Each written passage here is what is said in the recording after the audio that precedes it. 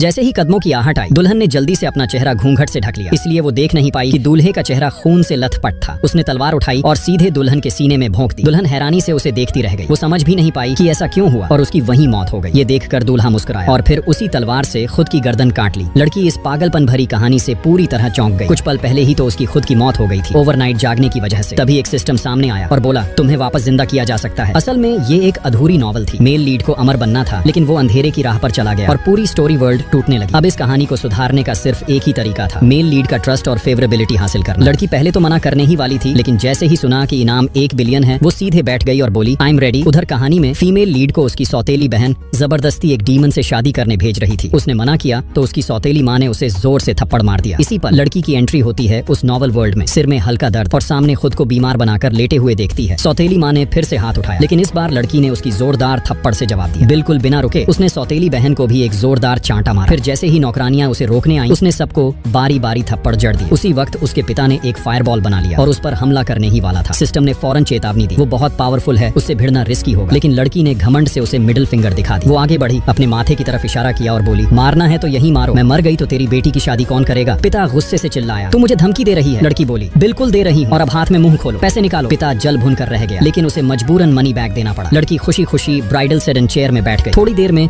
वो डीमन की गुफा तक पहुंच गई। उसने पर्दे को हटाया और ठीक उसी वक्त मेल लीड से नजर टकरा गई। लेकिन तभी वो अपनी भारी स्कर्ट में उलझकर गिर गई, सीधा उस शख्स की बाहों। इतनी नजदीक से उसका चेहरा देखकर लड़की हैरान रह गई। वो बेहद हैंडसम था। लड़की ने झट से एक गुलाब निकाला और मीठे अंदाज में बोली, डार्लिंग। वो हैरान होकर बोला, ये क्या था। लड़की मुस्कुराई और बोली, हमारे गांव की तरफ से एक स्पेशल ग्रीटिंग है, अब तुम भी मुझे स्वीट हार्ट कहो ना। तभी सिस्टम ने नोटिफिकेशन दिया, मेल लीड की फेवरेबिलिटी बढ़ गई है। लड़की मुस्कुराई और सोचा, ये तो बहुत इजी टास्क है। लेकिन सिस्टम ने कहा, तुम पहली नहीं हो, तुमसे पहले 5 स्ट्रेटेजिस्ट इसी वेडिंग डे पर मारे जा चुके हैं, उसी के हाथों। उसी वक्त वो आदमी सबकी बातें सुन रहा था और उसकी आंखों में एक खौफनाक अंधेरा भर गया। असल में वो न जाने कितनी बार रिबॉर्न हो चुका था। हर बार कोई लड़की उसकी जिंदगी में आती, उसे बदलने का नाटक करती, उसके करीब आती और फिर जानबूझकर उसे खतरों में धकेलती। जब वो टूटने लगता तो ये लड़कियां मसीहा बनकर उसे बचाती, बस उसकी फेवरेबिलिटी बढ़ाने के लिए। लेकिन ये सब देखकर वो अंदर तक घिन्न से भर गया। हर बार जब उनकी स्ट्रेटेजी पूरी होने वाली होती, वो उन्हें मार देता ताकि वो अधूरी उम्मीद के साथ तड़पती रह जाए। अब वो इस नई लड़की का भी ऐसा ही अंजाम देखने को बेताब था। लेकिन तभी लड़की अपनी उंगलियों पर गिनती करने लगी और सिस्टम से नाक सिकोड़कर बोली, वेट, इसका मतलब मेल लीड अब तक 5 बार शादी कर चुका है।